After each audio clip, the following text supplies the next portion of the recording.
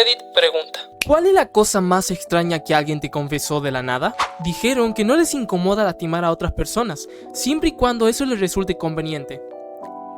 A veces siento que, en cierta medida, Estados Unidos se basa en una lógica parecida, el interés propio y la competencia constante.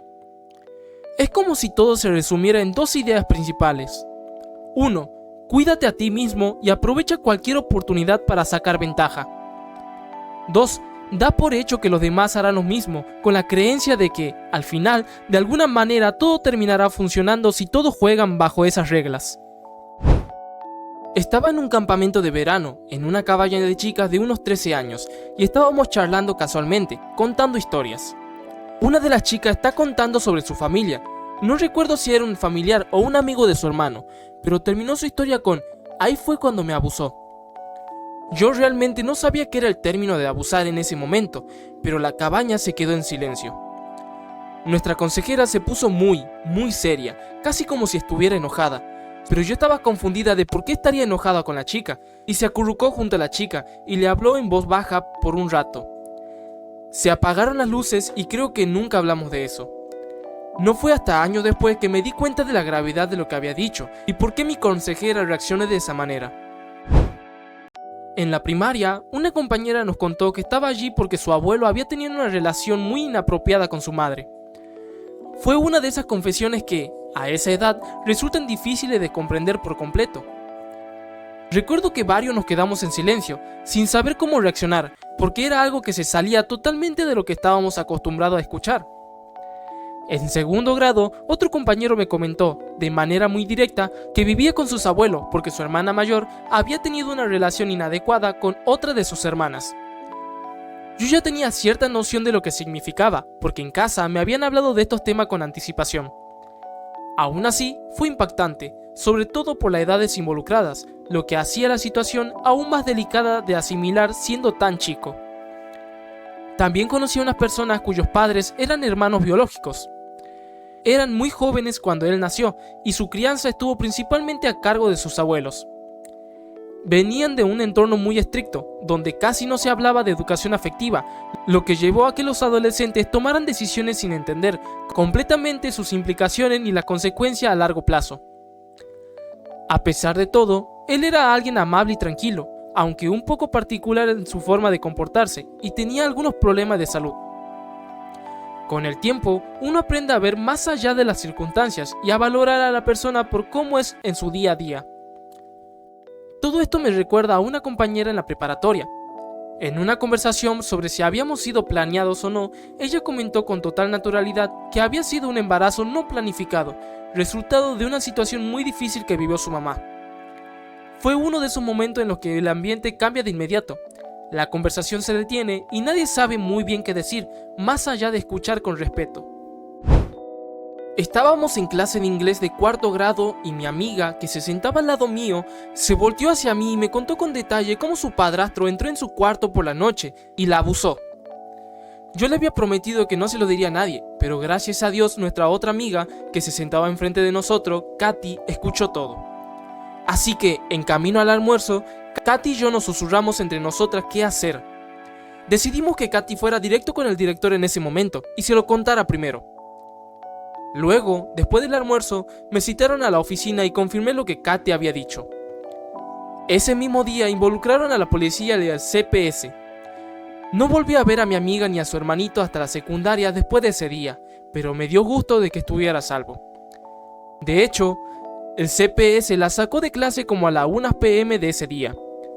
Nunca olvidaré sus ojos aguantando las lágrimas cuando se fue con ellos, pero me mantuvo mirando todo el tiempo porque sabía lo que yo había hecho, sin arrepentimientos. Hace unos 20 años, más o menos, mi hermana tenía un novio. Era una persona bastante desordenada en su vida, trabajaba mucho, pero aún así nunca parecía tener dinero para salir, invitar a cenar o hacer planes normales. Siempre daba la impresión de que algo no cuadraba. Con el tiempo, de un momento a otro, empezó a notarse que tenía más dinero. No era algo exagerado, pero sí lo suficiente como para llamar la atención, sobre todo considerando cómo había estado antes. Una noche estábamos en su casa, tomando algo, y vi que tenía 2 laptops Sony Diao, que en ese entonces eran bastante caras. Me llamó la atención y le pregunté, medio en broma, qué hacía con 2 computadoras así. Para mi sorpresa, lo dijo con total naturalidad, había pasado el último mes entrando a casas ajenas y vendiendo lo que encontraba. Lo que más me impactó no fue solo eso, sino la forma en que lo contaba, como si no tuviera mayor importancia. Incluso mencionó que, en uno de esos lugares, había tomado varias monedas que pertenecían a una señora mayor. Mientras revisaba sus cosas, también había encontrado documentos personales que después simplemente tiró a la basura. Esa parte fue la que más me hizo ruido. Más allá de lo material, ese tipo de cosas pueden tener un valor personal enorme para alguien.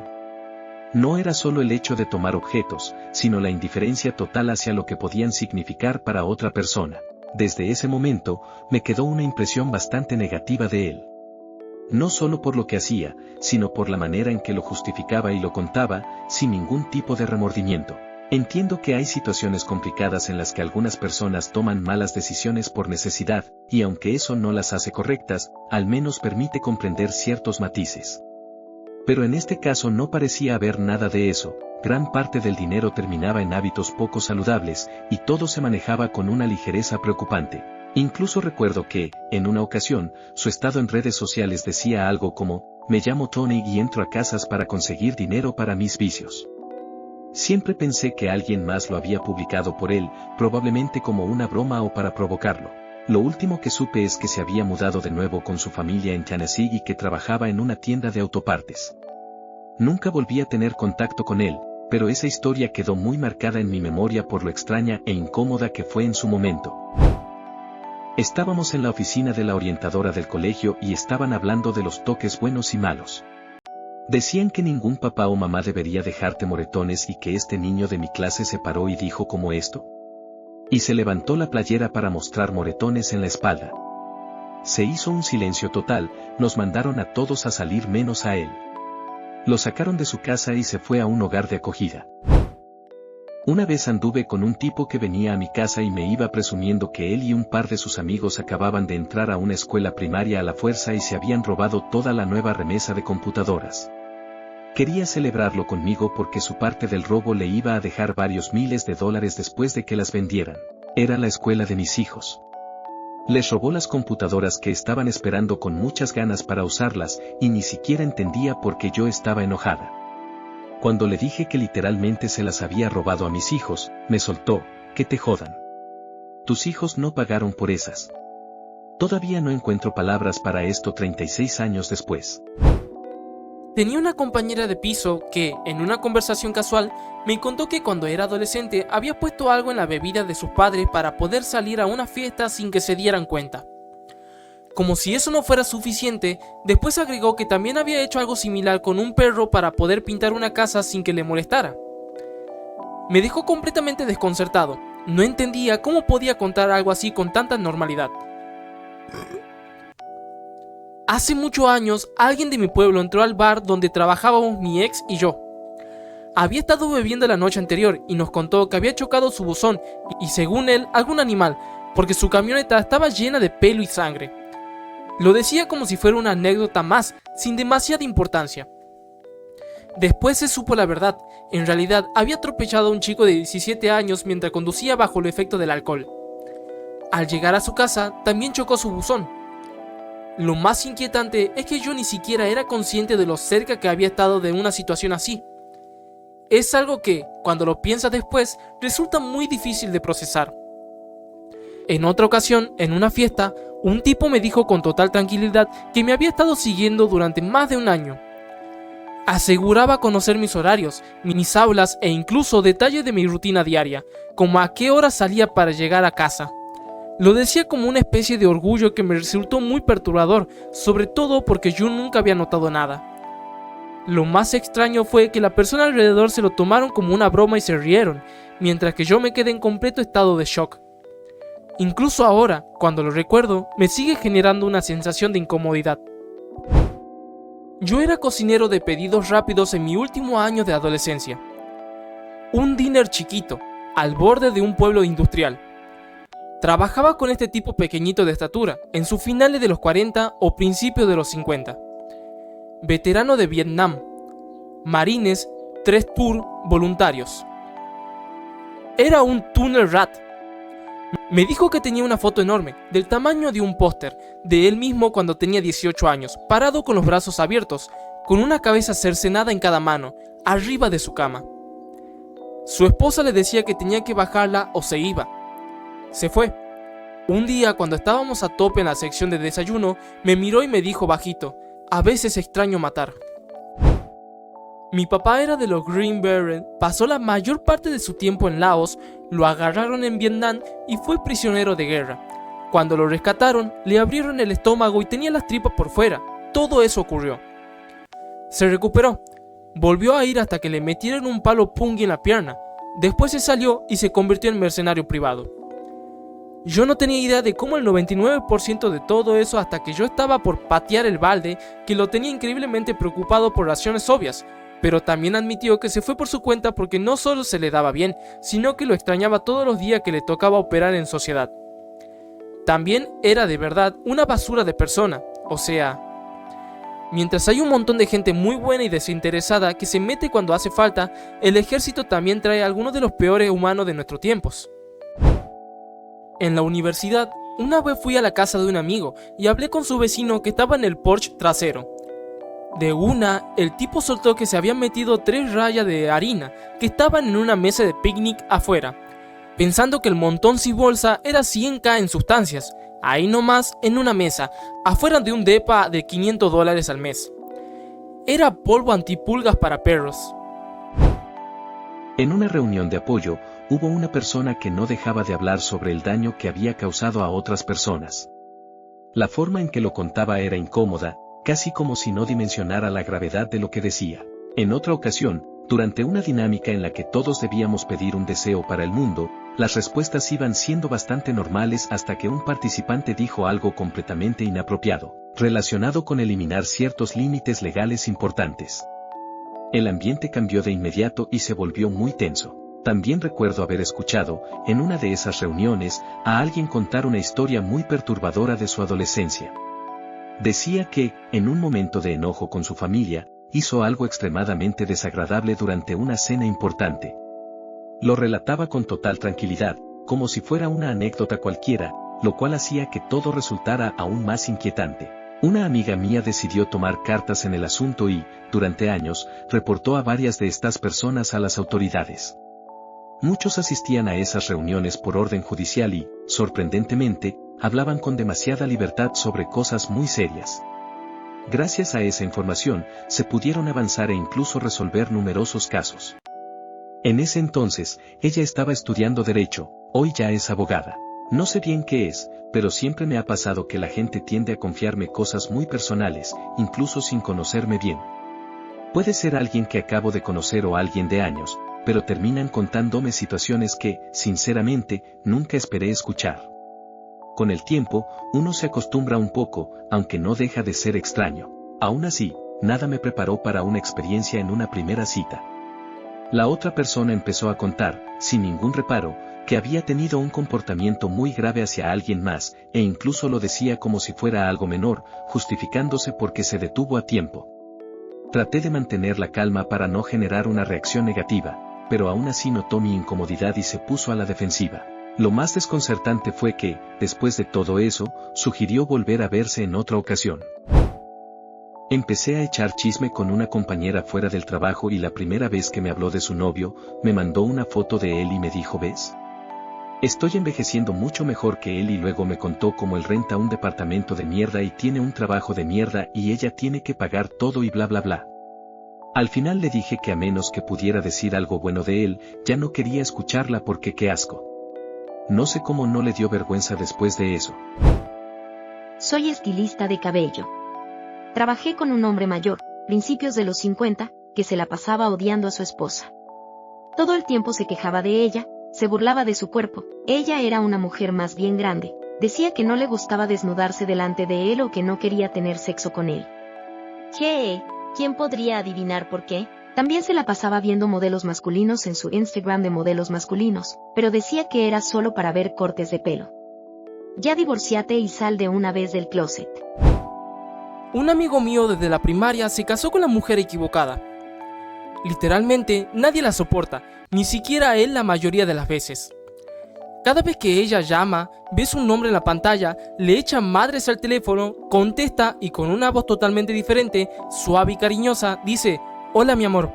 Tiene su conversación, cuelga y me mira y dice: uff, esa P es una estúpida hija de su madre, la odio. Casi siempre. No se divorcia porque tiene 2 hijos en la secundaria y es demasiado codependiente.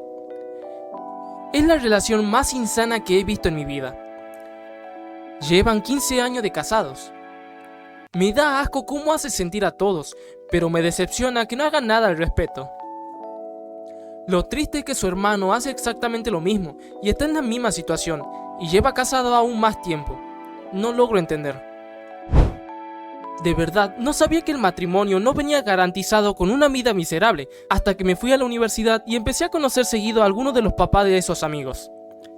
Sus familias de verdad disfrutaban estar juntas, incluso hicieron planes para asegurarse de que pasara. Y los papás eran amables entre ellos y se notaba muchísimo que estaban enamorados después de décadas juntos. Mis papás para nada me estaban mostrando algo así y yo nomás asumí que así era como era para todo el mundo. He trabajado con gente que, abiertamente, deseaba la muerte de su pareja. Un compañero de trabajo se negó a quedarse en casa con su cónyuge enfermo. Le dijeron que manejara a ella al hospital y nunca se pusieron en contacto para ver cómo estaban. TBF, él la odiaba tanto como ella lo odiaba a él. Iba a la oficina y coqueteaba abiertamente con las compañeras de trabajo de ella. Era un tipo bien raro que siempre se paraba demasiado cerca.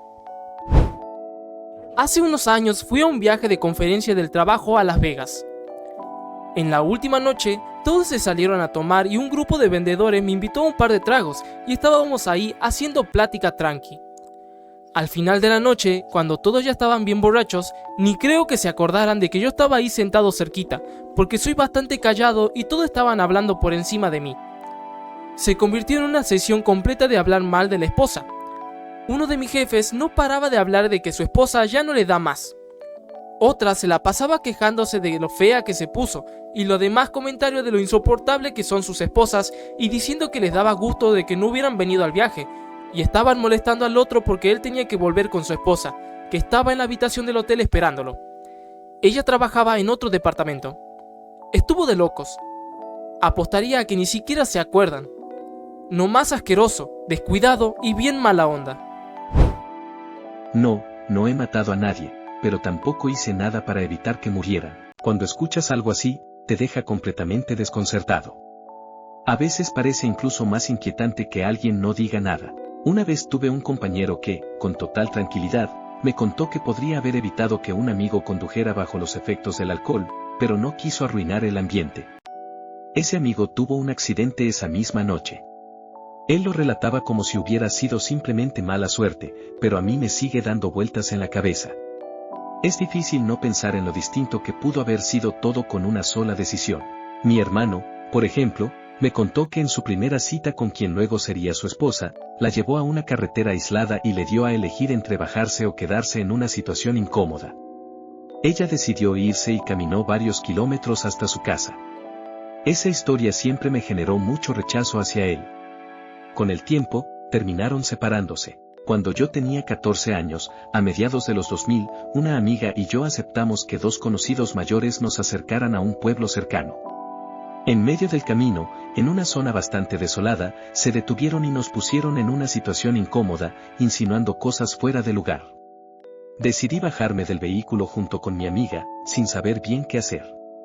Por suerte, una pareja que estaba trabajando cerca nos ayudó y logramos volver a salvo. Otra situación que me marcó fue enterarme de que uno de mis hermanos dejó a otra persona en un estado muy grave, sabiendo que necesitaba ayuda urgente. En lugar de buscar asistencia, simplemente asumió lo que iba a pasar y se despidió. Otras personas que estaban allí también se fueron. Para mí, es difícil no ver ese tipo de decisiones como algo extremadamente serio. Son experiencias que te hacen cuestionar mucho sobre la responsabilidad, la empatía y hasta dónde llegan las decisiones de cada uno.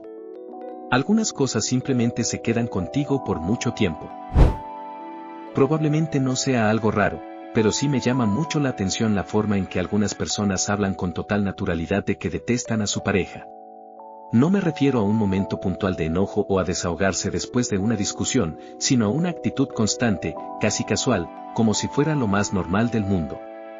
Es algo que resulta triste e incómodo de escuchar. Hace un tiempo me asignaron a una nueva asistente de gerente en mi departamento. No fue una decisión mía, pero al ser mi subordinada directa, intenté integrarla y ayudarla a adaptarse lo mejor posible.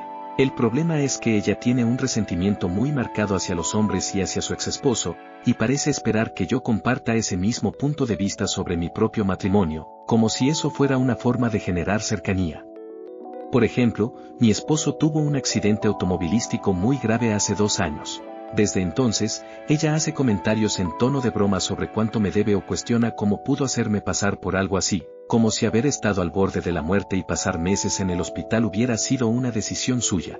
Si fueran comentarios superficiales, probablemente no sería tan grave, pero en ocasiones dice cosas bastante inapropiadas e insiste en que debería sentir resentimiento hacia él, como si eso fuera lo lógico.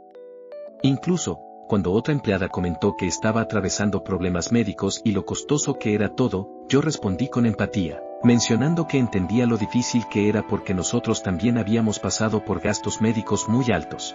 En ese momento, mi asistente intervino varias veces cuestionando si realmente valía la pena, lo cual me pareció completamente fuera de lugar. Después de eso, tuve que marcar un límite claro. Le dejé en claro que, más allá de cualquier situación difícil, se trata de mi esposo y que estoy agradecida de que siga con vida. El hecho de que ella haya tenido una mala experiencia no significa que todos los demás deban sentir lo mismo. Curiosamente, esto me recuerda a cómo mi esposo y yo interpretamos de manera muy distinta la película Midsommar. Es una historia que, entre otras cosas, muestra la ruptura de una pareja con una dinámica complicada. Para mi esposo, el personaje masculino intenta hacer lo correcto, aunque de manera torpe, evitando herir a su pareja en un momento vulnerable. Desde su perspectiva, sus errores vienen más de la indecisión que de la mala intención. En cambio, para mí, ese personaje actúa con cobardía y falta de honestidad. En lugar de enfrentar la situación y ser claro, prolonga una relación que claramente no funciona, lo que termina empeorando todo. Esa diferencia de interpretación siempre me ha parecido interesante. Supongo que, como ocurre en muchas relaciones reales, la responsabilidad rara vez recae en una sola persona. Pero es curioso cómo nuestras experiencias personales influyen tanto en la forma en que vemos estas situaciones, ya sea en la vida real o incluso en la ficción. Estuve en la cárcel unos días, por María Juana, antes de que saliera bajo fianza. Obviamente no era un lugar de seguridad alta o nada por el estilo, pero todo el abuso que vi por parte de los guardias me desanimó un montón. O sea, lo que vi me hizo confiar más en los internos, como que les pedí con buena onda unos pantalones que me quedaran mejor, porque me habían dado unos 2 tallas más grandes y se me caían todo el tiempo, y además un guardia me amenazó con pegarme por preguntar, pero había 2 guardias súper buena onda. Solo el hecho de que me hablaran como a una persona normal se sintió bien, y un montón de gracias al guardia que me escuchó de casualidad y simplemente volvió con unos pantalones que me quedaban bien, parecía buena onda. Trabajé en un lugar durante 2 años con 2 personas. Una de ellas, ni una sola vez, dijo algo lindo de su pareja. Nomás se la pasaba criticándola a cada rato. Ni una vez. Yo estuve bien al pendiente. La otra compañera no era tan mala, más bien como un 80% de cosas negativas hacia su pareja, pero tenía hijos y a ellos también le hablaban mal, como el 80% de las veces. Ninguno de los dos hablaba bonito de nadie, fuera de un puñado de veces.